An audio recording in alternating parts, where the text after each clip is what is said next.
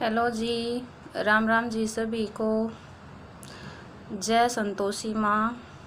आज मैं आपको संतोषी माता के व्रत की विधि और संतोषी माता की व्रत कथा सुनाऊंगी। तो इस व्रत को करने वाला कहते व सुनते समय हाथ में गुड़ और भुने हुए चने रखे। सुनने वाले संतोषी माता की जय जयकार मुख से बोलते जाएं। कथा समाप्त होने पर हाथ का गुड़ चना गौ माता को खिलावें। कलश में रखा हुआ गुड़ चना सबको प्रसाद के रूप में बांट दें। कथा से पहले कलश को जल से भरें, उसके ऊपर गुड़ चने से भरा कटोरा रखें। कथा समाप्त कर आरती करने के बाद कलश के जल को घर के सब जगहों पर छिड़का दें और बचा हुआ जल तुलसी की क्यारी में डाल दें। 1.25 रुपये का गुड़ और चना लेकर माता का व्रत करें। गुड़ घर में हो तो लेवें, विचार न करें, क्योंकि माता भावना की भूखी है, कम ज़्यादा का कोई विचार नहीं। इसलिए जितना भी बने श्रद्धा से समर्पित करें। श्रद्धा और प्रेम से प्रसन्न मन होकर ही सदैव माता का व्रत करना चाहिए। व्रत के उद्यापन में 2.5 सेर का हलवा, मोमनदार पूड़ी, खीर, चने का साग नैवेद्य रखें। घी का दीपक जलाकर संतोषी माता की जय जयकार बोलें और नारियल फोड़ें। इस दिन घर में कोई भी खटाई न खावे, न स्वयं खावें और न ही किसी दूसरे को खाने दें। कुटुंबी न मिले तो ब्राह्मणों के रिश्तेदारों के या पड़ोसियों के बालक बुलावें। उन्हें खटाई की कोई भी वस्तु न दें। भोजन कराकर यथाशक्ति दक्षिणा देवें। नगद पैसे न दें, कोई भी वस्तु दक्षिणा में दें। व्रत करने वाला कथा सुन प्रसाद ले एक समय भोजन करे। इससे माता प्रसन्न होगी, दुख और दरिद्रता दूर होगी और सभी की मनोकामना पूरी होगी। तो अब मैं आपको संतोषी माता की व्रत कथा सुनाऊंगी। तो सुनते हैं। एक बुढ़िया थी, उसके 7 बेटे थे। 6 कमाने वाले थे और एक निकम्मा था। बुढ़िया माँ 6 पुत्रों की रसोई बनाती, भोजन कराती और पीछे जो कुछ बचता उसे 7वें को दे देती थी। परंतु 7वां पुत्र बड़ा भोला भाला था, मन में विचार न करता। एक दिन वह अपनी बहू से बोला, देख मेरी माँ का मुझ पर कितना प्रेम है। वह बोली, क्यों नहीं, सबका बचा हुआ जूठा तुझको खिलाती है। वह बोला, ऐसा नहीं हो सकता, मैं जब तक आंखों से न देखूं मान नहीं सकता। बहू ने हंसकर कहा, देख लोगे तब तो मानोगे। कुछ दिन बाद वह एक बड़ा त्योहार आया। घर में 7 प्रकार के भोजन और चूरमा के लड्डू बने। वह परीक्षा लेने के लिए सिर दर्द का बहाना कर पतला कपड़ा सिर पर ओढ़कर रसोई घर में सो गया और कपड़े में से सब देखता रहा। 6 भाई भोजन करने लगे। उसने देखा कि माँ ने उनके लिए सुंदर सुंदर आसन बिछाए, 7 प्रकार की रसोई परोसी। वह आग्रह करके जिमाती रही, वह देखता रहा। 6 भाई जब भोजन कर उठे तब माँ ने उनकी जूठी थालियों में से लड्डुओं के टुकड़ों को उठाया और एक लड्डू बनाया। जूठन साफ कर बुढ़िया ने माँ ने पुकारा, उठ बेटा, 6 भाई भोजन कर गए, अब तू ही बाकी है, उठ भोजन कर। उसने कहा, माँ मुझे भोजन नहीं करना है, मैं परदेश जा रहा हूँ। माता ने कहा, कल जाना हो तो आज ही जा। वह बोला, हाँ आज ही जा रहा हूँ। यह कहकर वह घर से निकल गया। चलते समय बहू की याद आई। वह गौशाला के कंडे थाप रही थी, जाकर बोला, एक दोहा है इसके लिए। हम जावे परदेश को आवेंगे कुछ काल, तुम रहियो संतोष थे धर्म आपनो पाल। 2 निशानी अपनी देख धरू में धीर, सुधी हमारी मत बिसारियो, रखियो मन गंभीर। वह बोला, मेरे पास तो कुछ नहीं है, यह अंगूठी है सो ले लो और अपनी कुछ निशानी मुझे दे दो। वह बोली, मेरे पास क्या है, यह गोबर भरा हाथ है, यह कहकर उसकी पीठ पर गोबर के हाथ की थाप मार दी और वह चल दिया। चलते चलते दूर देश में पहुंचा। वहां पर एक साहूकार की दुकान थी। वहां जाकर बोला, सेठ जी मुझे नौकरी पर रख लो। साहूकार को भी ज़रूरत थी। साहूकार ने कहा, काम देख कर पैसे मिलेंगे।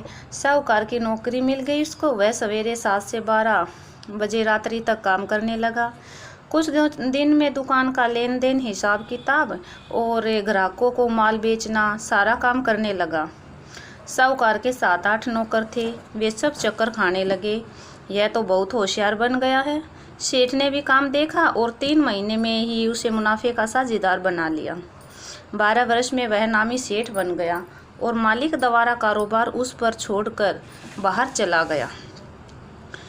इधर बहू पर क्या बीती सो सुनो। सास ससुर उसे दुख देने लगे।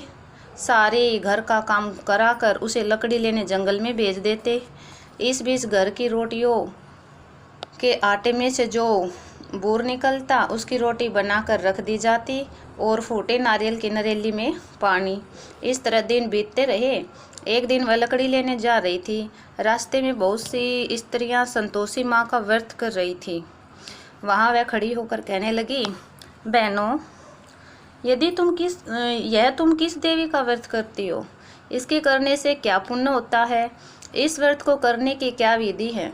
यदि तुम अपने इस व्रत का विधान मुझे समझाकर कहोगी तो मैं तुम्हारा बड़ा उपकार मानूंगी। तब उनमें से एक बोली, तुम सुनो, यह संतोषी माता का व्रत है। इसे करने से निर्धनता और दरिद्रता का नाश होता है, लक्ष्मी आती है, मन की इच्छाएं पूरी होती हैं, चिंताएं दूर हो जाती हैं, घर में सुख होने से मन को प्रसन्नता मिलती है, निपुत्री को पुत्र मिलता है, पति बाहर गया हो तो शीघ्र आ जाता है, कुंवारी कन्या को मनचाहा वर मिलता है, राज दरबार में बहुत दिनों से मुकदमा चलता हो तो समाप्त हो जाता है, कलेश समाप्त हो जाता है, घर में सुख शांति आती है, धन जमा हो जाता है और मन में जो कुछ भी कामना हो इस संतोषी माता की कृपा से पूरी हो जाती हैं। इसमें कोई संदेह नहीं है। वह पूछने लगी, यह व्रत कैसे किया जाए? यह भी बताओ तो बड़ी कृपया होगी। स्त्री कहने लगी, 1.25 रुपये का गुड़ चना लेना, इच्छा हो तो 5.25 रुपये का और 11.25 रुपये का अपनी सहूलियत के अनुसार ले लेना, बिना परेशानी उठाए प्रेम से जितना भी बन सके सवाया ही लेना। 5.25 रुपये से 10.25 रुपये, इससे भी ज़्यादा शक्ति हो तो भक्ति के अनुसार गुड़ और चना ले और हर शुक्रवार को निराहार रहकर कथा सुनना कहना। इसके बीच कर्म टूटे नहीं, लगातार नियम पालन करना। सुनने वाला कोई न मिले तो घी का दीपक जलाकर उसके आगे और जल के पात्र को रख कथा कहना। नियम न टूटे। जब तक कार्य सिद्ध न हो नियम पालन करना। कार्य सिद्ध हो जाने पर व्रत का उद्यापन करना। 3 मास में माता पूरा फल प्रदान करती है। यदि किसी के खोटे ग्रह हो तो भी माता 1 वर्ष में अवश्य कार्य पूरा करती है। कार्य सिद्ध होने पर ही उद्यापन करना चाहिए, बीच में ही नहीं। उद्यापन में 2.5 सेर आटे का हलवा, इसी अनुसार से खीर, चने का साग तैयार करना। 8 लड़कों को भोजन कराना। जहाँ तक मिले देवर जेठ भाई बंधु और कुटुंब के ही लड़के लेना। न मिले तो रिश्तेदारों और पड़ोसियों के लड़के बुलाना। उन्हें भोजन कराकर यथाशक्ति दक्षिणा दें और माता का पूरा नियम करना। उस दिन घर में कोई भी खटाई न खाए। यह सुन बुढ़िया की बहू चल दी। रास्ते में लकड़ी के बोझ को बेच दिया और उन रुपयों से गुड़ और चना ले लिया। माता के व्रत की तैयारी करने लगी और सामने मंदिर देख पूछने लगी, यह मंदिर किसका है? सब कहने लगे, यह संतोषी माता का मंदिर है। यह सुनकर माता के नियम कुछ जानती नहीं, मैं बहुत दुखी हूँ। हे माता जगजननी, मेरा दुख दूर कर, मैं तेरी शरण में हूँ। माता को दया आई। एक शुक्रवार बीता कि दूसरे शुक्रवार को ही उसके पति का पत्र आया। तीसरे को उसका भेजा हुआ पैसा पहुँचा। यह देखकर जेठानियाँ मुँह सिकोड़ने लगी। इतने दिनों बाद इतना पैसा आया, इसमें क्या बढ़ावा है? लड़के ताने देने लगे, काकी के पास अब पत्थर आने लगे हैं, रुपया आने लगा है, अब तो काकी की खातिर बढ़ेगी, अब तो काकी बुलाने से भी नहीं बोलेगी या बोलने से भी नहीं बोलेगी। बेचारी सरलता से कहती, भैया पत्थर आवे रुपया आवे, हम सबके लिए अच्छा है। ऐसा कहकर आँखों में आंसू भरकर संतोषी माता के मंदिर में मातेश्वरी के चरणों में गिरकर रोने लगी। माँ, मैंने तुमसे पैसा नहीं मांगा, मुझे पैसे से क्या काम है, मुझे तो अपने सुहाग से काम है, मैं तो अपने स्वामी के दर्शन और सेवा मांगती हूँ। तब माता ने प्रसन्न होकर कहा, जा बेटी, तेरा स्वामी आएगा। यह सुन खुशी से बाली हो घर जाकर काम करने लगी। अब संतोषी माँ विचार करने लगी, इस भोली पुत्री से मैंने कह तो दिया कि तेरा पति आएगा, पर आएगा कहाँ से? वह तो सौपन में भी इसे याद नहीं करता, उसे याद दिलाने के लिए मुझे जाना पड़ेगा। इस तरह माता उस बुढ़िया के बेटे के पास जा सौपन में प्रकट हो कहने लगी, साहूकार के बेटे, सोता है या जागता है? वह कहता, माता सोता भी नहीं हूँ और जागता भी नहीं हूँ, बीच में हूँ, कहिए क्या आज्ञा। माँ कहने लगी, तेरा घर बार है या नहीं? माँ बोली, पुत्र, तेरी घरवाली बहुत कष्ट उठा रही है। वह बोला, हाँ माता, यह तो मुझे मालूम है, परंतु जाऊं कैसे? परदेश की बात है, लेन देन का कोई हिसाब नहीं, कोई जाने का रास्ता नज़र नहीं आता, कैसे चला जाऊं?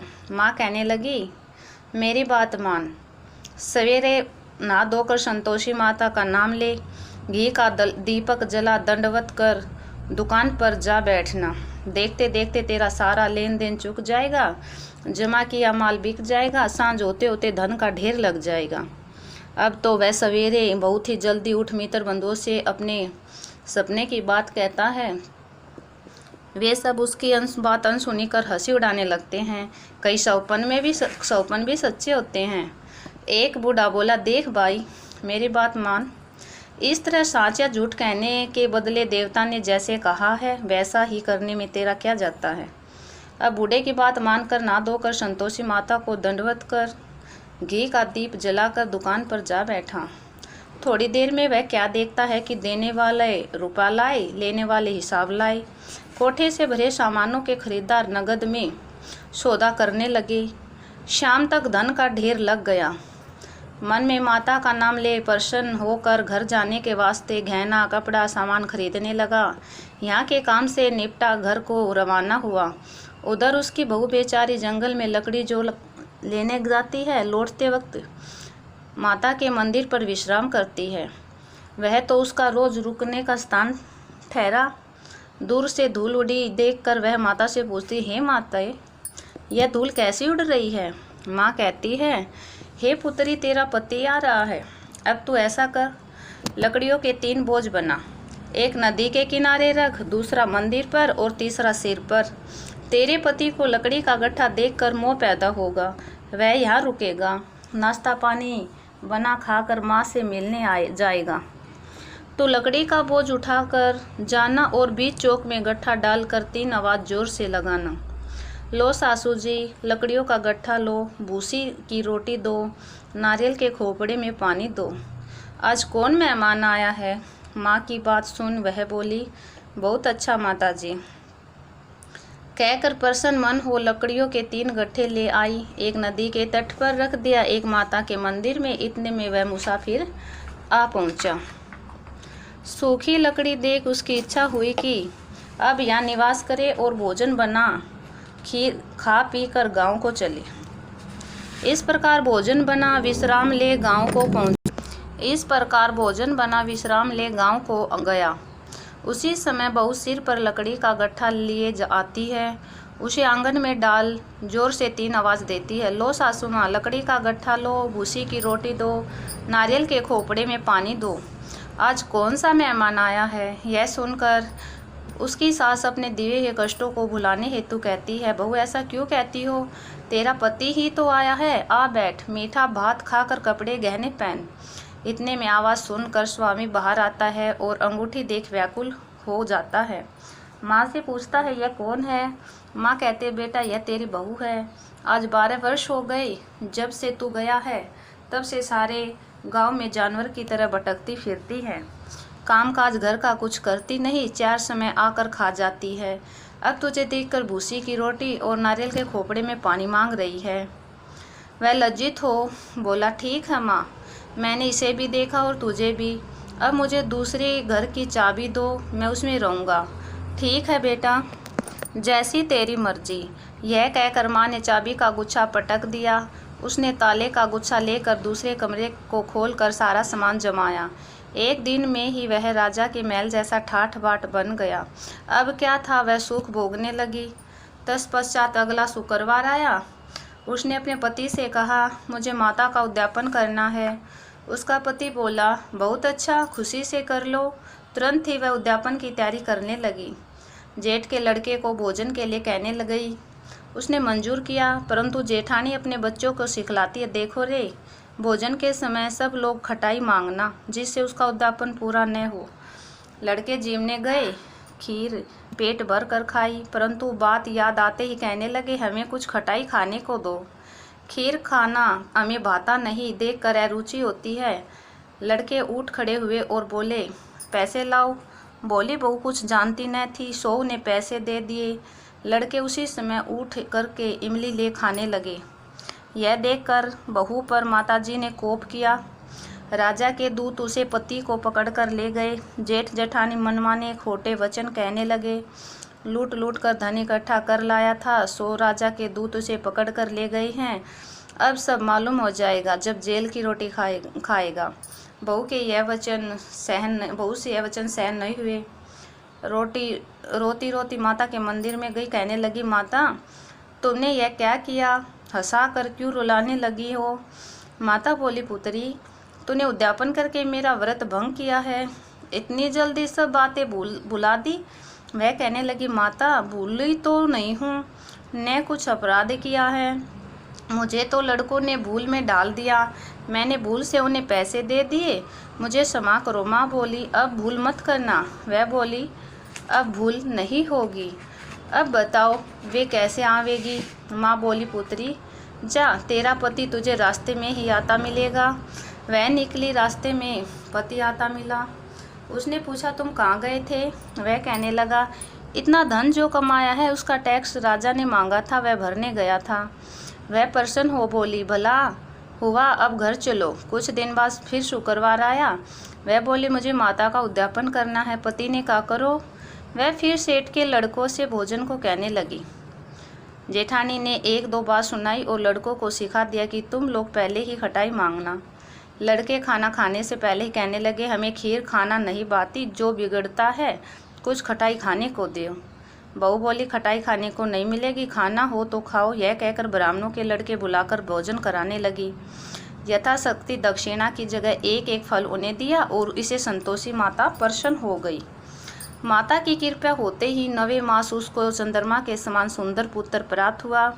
पुत्र को लेकर प्रतिदिन माता जी के मंदिर को जाने लगी। माँ ने सोचा कि रोज आती है, आज क्यों न मैं इसके ही घर चलूं, इसका आसरा देखूं तो सही। यह विचार कर माता ने भयानक रूप बनाया।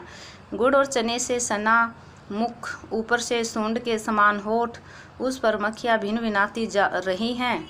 देरी में पैर रखते ही उसकी सास चिल्लाई, देखो रे, कोई चुड़ैल डाकनी चली आ रही है, लड़कों इसे भगाओ, नहीं तो यह किसी को खा जाएगी।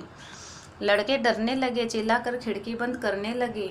बहू रोशनदान से देख रही थी, प्रशंसा से पगली होकर चिल्लाने लगी, आज मेरी माता मेरे घर आई है।